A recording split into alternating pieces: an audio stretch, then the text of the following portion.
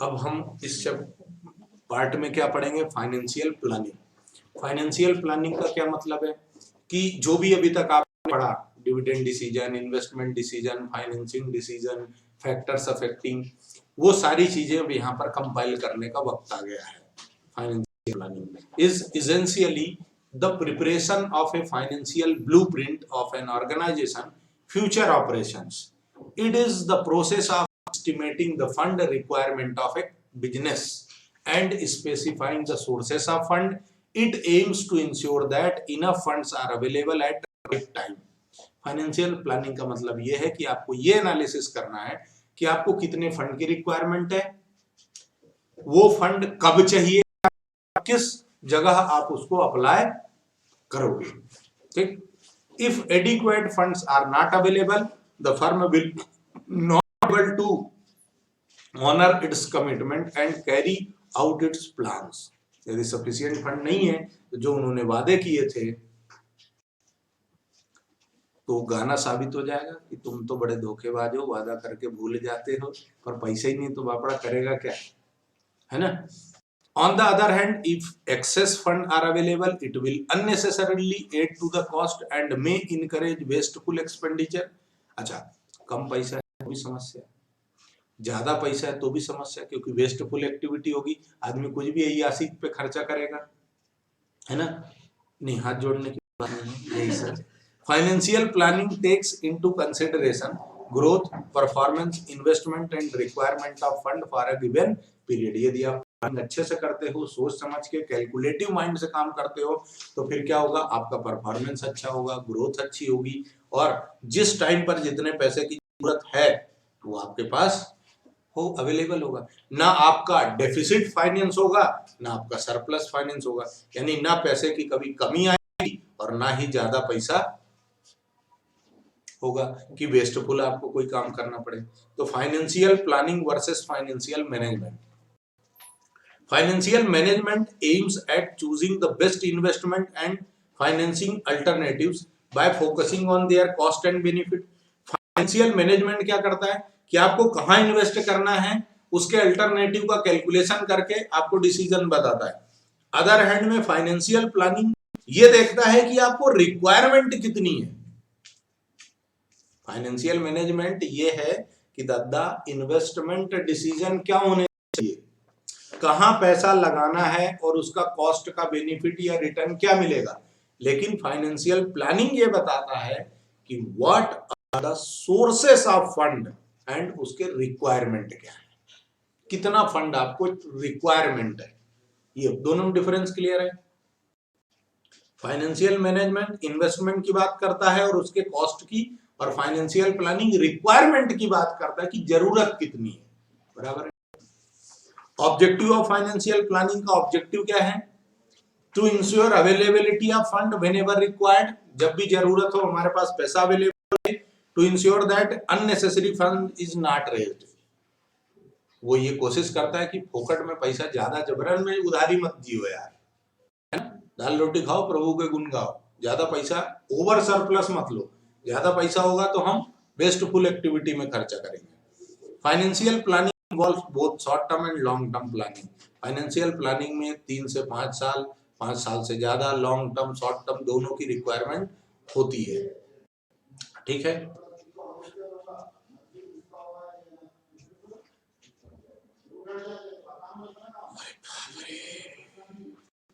Importance of financial planning क्या है, तो देखो, helps in avoiding business shocks and, आपको जबरन में कोई शौक नहीं लगेगा कि यार मेरे पास तो पैसा ही नहीं है या मेरे पास ओवर पैसा है। उसके बाद prevents duplication of effort and planning, यदि आप पहले से सोच समझ के पूरे होशोबास में बिना किसी नशे पत्ती के डिसीजन मेकिंग करते हो तो आपको बार बार ये सोचने का जरूरत नहीं है। कोई भी काम करने गए उससे पहले से अरे पैसा है क्या यार, कहाँ से लाएंगे, ऐसा कुछ भी सोचने की जरूरत नहीं है। यदि आपने प्रॉपर तरीके से एक बार प्लानिंग कर ली है तो। उसके बाद provides a link between investment and financing decision, कितना पैसा चाहिए, कहाँ इन्वेस्ट करना है, इसके बीच की लिंक मिलेगी। Helps the company to prepare for future, यदि प्लानिंग अच्छी है तो भविष्य में ग्रोथ प्रोस्पेक्टिव क्या है, एक्सपांशन क्या है, मॉडर्नाइजेशन क्या है, डाइवर्सिफिकेशन, इस पर काम कर पाएगी company. Helps in achieving coordination between various functions, जो आपके अलग अलग काम है, decision making, investment, financing, dividend, interest, taxation, इन सब की प्लानिंग का मौका मिलेगा आपको। Help to link present with future, आज कहाँ है कल कहाँ हम हो सकते हैं, ये चीज आपको मालूम पड़ेगी। Makes the evaluation of actual performance easier, जो एक्चुअल परफॉर्मेंस है वो और आपका प्लान परफॉर्मेंस है, उन दोनों में जब आप कंपेयर करोगे तो आपको मालूम पड़ जाएगा आसानी से, है ना।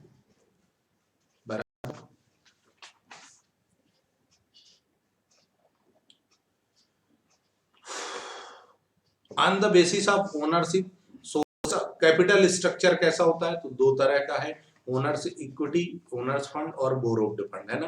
डेट इक्विटी रेशो अपने को ध्यान में रख कर काम करना है। Some noteworthy points about debt equity, तो nature, debt is borrowed fund whereas equity क्या होता है, ओनर्स फंड होता है।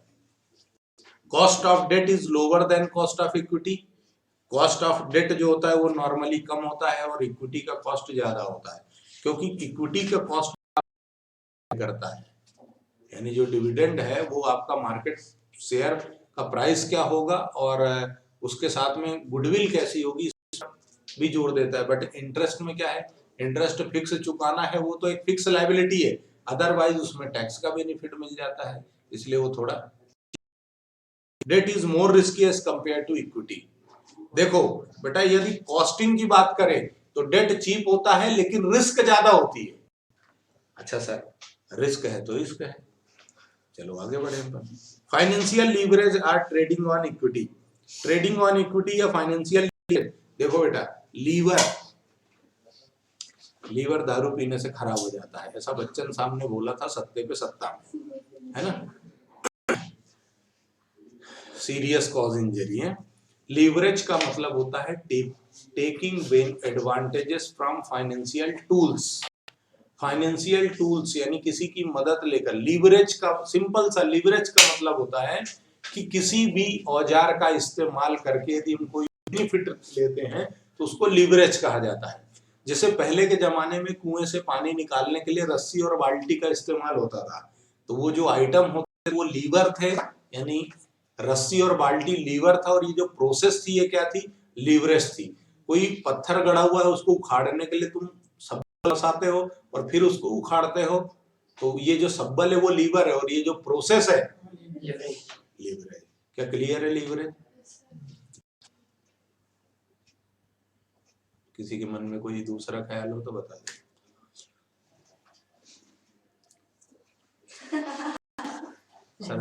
सर हम अभी चैटिंग कर रहे हैं, पर ये चैटिंग की सेटिंग करने के लिए हमने किसी का सहारा लिया। सर क्या वो लीवर हो सकता है? और वो जो थी वो लीवरेज थी। मतलब क्या एग्जांपल लेते हैं, तुम्हारे मन में कैसे कैसे ख्याल आते हैं, गजब हो गया यार, गजब कर दिए भाई, मजा आ गया यार। उपाध्याय जी क्या सोच है तुम्हारी, अरे मन में तुम दिल के तार जुड़े हुए बेटा, डायरेक्ट आवाज आती है मेरे को। चल, trading on equity return on equity share holder, इसका कोई मतलब नहीं है तुम लोगों के लिए, इसकी रिकॉर्डिंग बाद में मैं करूंगा।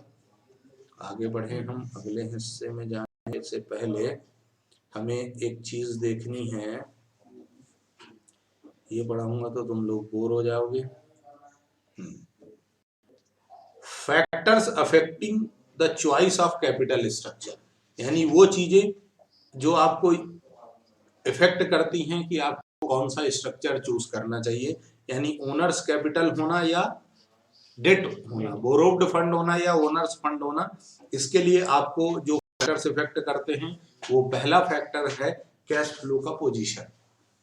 कैश फ्लो कैसा है आपके बिजनेस का, इस पर डिपेंड करेगा कि आप किस तरह का कैपिटल स्ट्रक्चर चूज करना चाहते हो। ठीक है, कैश फ्लो पोजीशन यदि आपकी अच्छी है, अरे ये अपन पहले से ही पढ़ते आ रहे हैं ना, ठीक है। उसके रेशो आईसीआर, जिन्होंने रेशो एनालिसिस पढ़ लिया, इंटरेस्ट कवरेज रेशो पढ़ा था अपन। हाँ, कुछ लोग पढ़ने के बाद भी मूड नहीं। उसका EBIT earning before interest and taxes divided by interest on long term debt, ये फार्मूला हुआ करता था, है ना। तो ये कैलकुलेशन करके हम फिर ये डिसाइड करते हैं कि क्या होना चाहिए।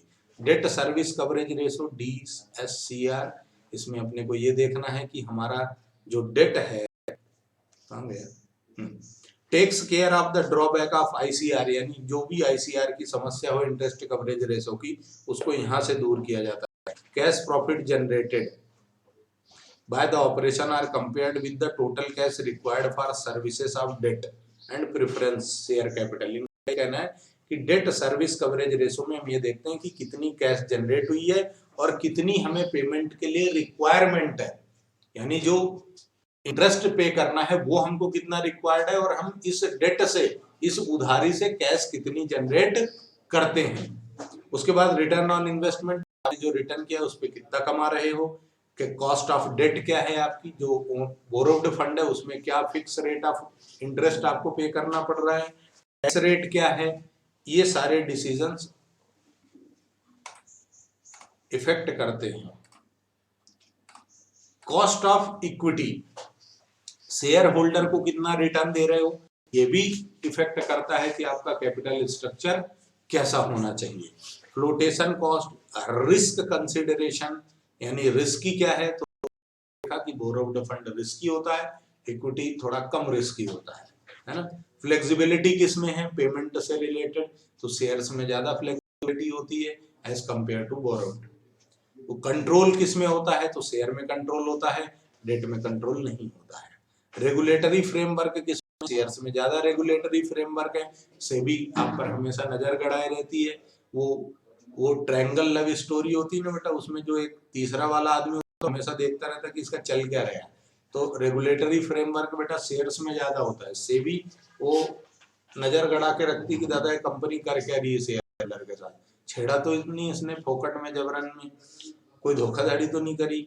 स्टॉक मार्केट की कंडीशन कैसी है, यदि स्टॉक मार्केट क्रैश है यानी लॉस में जा रहा है तो फिर शेयर मार्केट में नहीं जाना चाहिए। बियरिश या बुलिश, दो फेज होते हैं इसके, बियरिश और बुलिश। बुल मतलब क्या होता है, बैल है ना, मतलब रिस्क, बहुत ज्यादा रिस्क ले वो आप, रिस्की इन्वेस्टमेंट करने के लिए यंग लोग जब इन्वेस्टमेंट करते हैं ना वो रिस्की होते हैं, हमेशा बुलिश होते हैं कि देखा जाएगा यार तू तो लगा।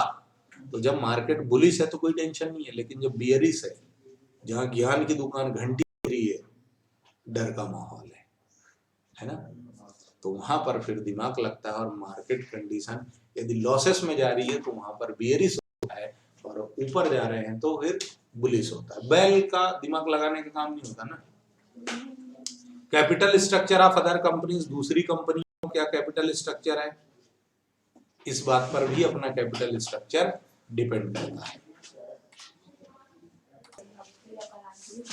10-15 मिनट और तो देखो, factors affecting the choice of capital structure ऐसा है, ये पूरे पॉइंट सारे एक साथ कंपाइल हो गए, चाहना तो स्क्रीनशॉट ले लेना।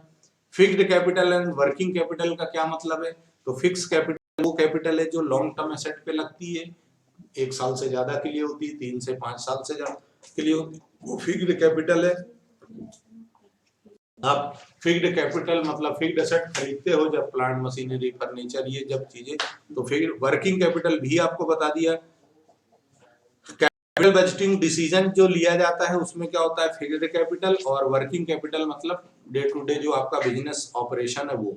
Factors affecting the requirement of working capital, कौन से ऐसे फैक्टर हैं जो इस बात पर जोर देते हैं कि आपकी वर्किंग कैपिटल कम होगी या ज्यादा होगी, है ना। तो नेचर बिजनेस आपका कैसा है, ग्रोथ प्रोस्पेक्टिव, यदि आप ज्यादा डेवलपमेंट चाहते हो तो पैसा भी ज्यादा चाहिए, है ना, हायर इन्वेस्टमेंट हायर रिटर्न, है ना।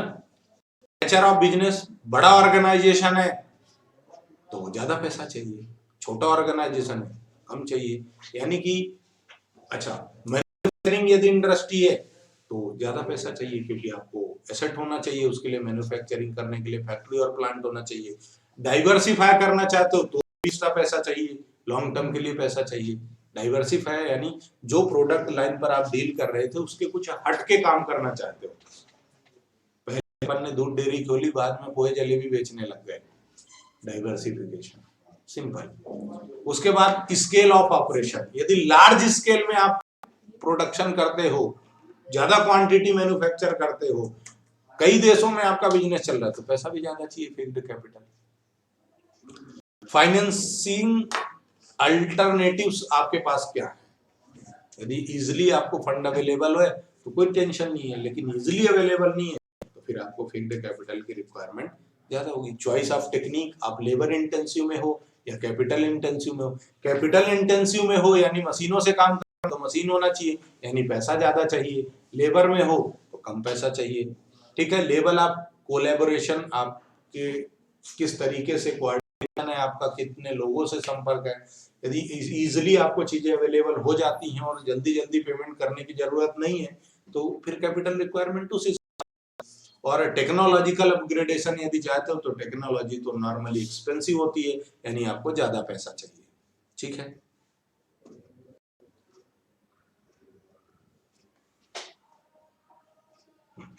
वर्किंग कैपिटल मतलब जो day to day business operation होता है, वो प्री मैनेजमेंट जिसको कहते हो आप, स्टॉक मैनेजमेंट, कैश मैनेजमेंट, ये वाला। Current asset refer to working capital दो तरह की होती है, एक ग्रॉस वर्किंग कैपिटल और एक नेट वर्किंग कैपिटल। तो जो ग्रॉस वर्किंग कैपिटल होती है उसका मतलब होता है करंट एसेट। करंट एसेट वही है जो with in one accounting period के लिए आपको पेमेंट का रिक्वायरमेंट है या कलेक्शन होता है आपका, वो जैसे debtor, creditor, debtor, bank balance, stock, inventory, short term investment, है ना, बिल्स रिसीवेबल, ये जो चीजें होती हैं ये क्या है? Working capital, gross capital, current asset है, ठीक है। और जो नेट वर्किंग कैपिटल होती है करंट एसेट में से करंट लायबिलिटी को माइनस कर दो, जो बचा वो क्या कहलाता है? Net working capital. तो ये देखो एग्जांपल आ गया करंट एसेट के, क्या आया? Cash in hand, bills receivable, finished good, raw material, marketable securities, debtors, work in progress, prepaid expenses, है ना। मीनिंग ऑफ करंट लायबिलिटी में क्या है? तो current liability refers to those liability जिनका पेमेंट एक साल के अंदर करना है। एक साल के अंदर रिकवरेबल अमाउंट जो होगा, रिसीव तो होने वाली है, वो करंट एसेट है, और एक साल के अंदर पेमेंट करना है तो वो करंट लायबिलिटी है, ठीक है। बैग रेडी है बस आप। टाइप्स ऑफ वर्किंग कैपिटल तो पहले ही बता दिया, ग्रॉस वर्किंग कैपिटल और नेट वर्किंग कैपिटल। ग्रॉस मतलब जो करंट एसेट है वो ग्रॉस वर्किंग कैपिटल होती है, और नेट वर्किंग कैपिटल मतलब current asset minus current liability. बस छोड़ दो सही। कॉन्सेप्ट ऑफ ऑपरेटिंग साइकिल, देखो ऑपरेटिंग साइकिल ये डिसाइड करता है कि आपका जो अमाउंट है वो करंट एसेट में जाएगा या करंट लायबिलिटी में जाएगा या लॉन्ग टर्म में जाएगा यानी फिक्स्ड में चला जाएगा। तो यदि एक ऑपरेटिंग साइकिल में आपका काम पूरा हो जाता है तो करंट लायबिलिटी करंट एसेट, नहीं तो फिर non current liability non current asset, ठीक है। अच्छा, ऑपरेटिंग साइकिल का मतलब ये होता है बेटा कि जो आपका कैश है, जो आपका क्या है? कैश, वो कैश यदि ये देखो ऑपरेटिंग साइकिल में क्या है? कैश का कैश में कन्वर्जन, चाहिए ना। कैश को कैश में कितने टाइम में आप कन्वर्ट कर लेते हो, ये आपका ऑपरेटिंग साइकिल होता है। जैसे कैश है, उससे आपने रॉ मटेरियल लिया, वर्क इन प्रोग्रेस किया, फिनिश्ड गुड बना, फिनिश्ड गुड को बेचा आपने तो अकाउंट रिसीवेबल यानी डेटर, और रेट डेटर से वसूली कर ली। इस पूरी प्रोसेस में आपको जितना टाइम लगा है ये क्या है? पूछना। कैश को कैश में कन्वर्ट करने में जितना टाइम ड्यूरेशन लगा है वो ऑपरेटिंग साइकिल कहलाता है। कैश थी, रॉ मटेरियल खरीदा, वर्क इन प्रोग्रेस किया यानी रॉ मटेरियल रेडी किया, रॉ मटेरियल रेडी हो गया, उसको आपने बेच दिया, बेचने के बाद डेटर से वसूली तो वापस कैश आ जाएगी आपके पास। तो ये प्रोसेस में जो भी टाइम लगा है वो क्या है? ऑपरेटिंग साइकिल है, ठीक है। Factors affecting working capital requirement, कितनी ज्यादा वर्किंग कैपिटल चाहिए, कम चाहिए, ये हालांकि हम पहले ही डिस्कस कर चुके हैं, पर फिर से देख लो। Nature of business, trading concern है, मैन्युफैक्चरिंग कंसर्न है। ट्रेडिंग वाला है तो ज्यादा उसको पैसे की जरूरत नहीं होती, उसको रॉ मटेरियल नहीं चाहिए ना, वर्क नहीं चलाना, उसको खरीदना बेच देना है ना, तो उधारी में भी उसका काम चलता है। लेकिन मैन्युफैक्चरिंग है तो ज्यादा पैसा चाहिए। उसके बाद स्केल ऑफ ऑपरेशन, यदि आप हाई लेवल बहुत एमएनसी टाइप कंपनी हो आप, या स्केल ऑफ ऑपरेशन खाली एमपी में करते हो, कम पैसा चाहिए। पूरे देश में फैला हुआ है आपका व्यापार, ज्यादा पैसा चाहिए। बिजनेस साइकिल कैसा है आपका, यदि लॉन्ग टाइप ऑपरेटिंग साइकिल यदि आपका लंबा है तो पैसा ज्यादा चाहिए, क्योंकि उतने दिन तक पैसा स्टक रहेगा ना, उसमें फंसा हुआ रहेगा। सीजनल फैक्टर कैसे हैं, यदि आप सीजनल बिजनेस करते हो, जैसे आप स्वेटर वेटर बनाते हो तो एक ही मौसम आता है ना, तो उस पीक जब सीजन आता है, जब आपको फंड की रिक्वायरमेंट ज्यादा होगी, और ऑफ सीजन में कम होगी रिक्वायरमेंट, बराबर है। प्रोडक्शन साइकिल कैसा है आपका, कितना दिन में, ज्यादा दिन में होगा तो रॉ मटेरियल ज्यादा चाहिए, पैसे की वसूली जल्दी नहीं हो पाएगी ना, पैसे की वसूली जल्दी नहीं हो पाएगी, मतलब नया प्रोसेस करने के लिए हमको पैसा ज्यादा चाहिए। सिंपल है, समझ में आ ही रहा होगा। क्रेडिट अलाउड आखिरी में तो वैसे भी ज्यादा ही समझ में आता है। क्रेडिट अलाउड कितना है आपको, यानी जो रॉ मटेरियल का सप्लायर है वो आपसे वसूली कितने दिन में करता है, या आप जो डेटर है आपका, उसको आप जो सेल करते हो वो कितने दिन में वसूल करते हो। यदि पेमेंट का टाइम पीरियड ज्यादा है, यानी पेमेंट आपको देर से करना है और रिकवरी जल्दी कर रहे हो, तो कम पैसा चाहिए। और यदि आपको पेमेंट जल्दी करना है, यानी क्रेडिटर का पेमेंट जल्दी देना है और डेटर से देर में वसूल होगा, तो पैसा ज्यादा चाहिए। सिंपल, लेना जल्दी है, देना देर से है तो कम पैसा चाहिए, लेकिन यदि देना जल्दी है और लेना देर से है तो पैसा ज्यादा चाहिए। सिंपल। रॉ मटेरियल की अवेलेबिलिटी कैसी है, देखो यदि रॉ मटेरियल की अवेलेबिलिटी आसानी से होती है तो आपको ज्यादा रॉ मटेरियल खरीदने की जरूरत नहीं है, तो पैसा भी कम चाहिए। अच्छा, रॉ नहीं होता, देर देर से मिलेगा, तो आपको फिर स्टोर करके रखना पड़ेगा, यानी वहां पर पैसे हमेशा फंसा के रखने पड़ेंगे, यानी ज्यादा चाहिए। वायर उपाध्याय जी मजा आ गया। ऑपरेटिंग इफिशियंसी कैसी है, आप प्रोडक्शन बहुत आसानी से और बहुत जल्दी कर लेते हो, तो क्या है, जल्दी बनाओगे तो बेचोगे भी जल्दी, है बराबर है ना। फिर ग्रोथ प्रोस्पेक्टिव क्या है, और लेवल ऑफ कंपटीशन कैसा है, कंपटीशन लेवल होगा तो अर्निंग कम होगी, यानी पैसा का रिक्वायरमेंट ज्यादा होगा, है ना। फिर मार्जिन नेट टू नेट बेचना पड़ेगा। इन्फ्लेशन कैसा है, महंगाई कैसी है, महंगाई ज्यादा है, रॉ मटेरियल ही ज्यादा में मिल रहा है, तो सीधी सी बात है आपका भी इन्वेस्टमेंट बढ़ेगा, है ना। तो ये होगा फैक्टर्स अफेक्टिंग द वेस्ट।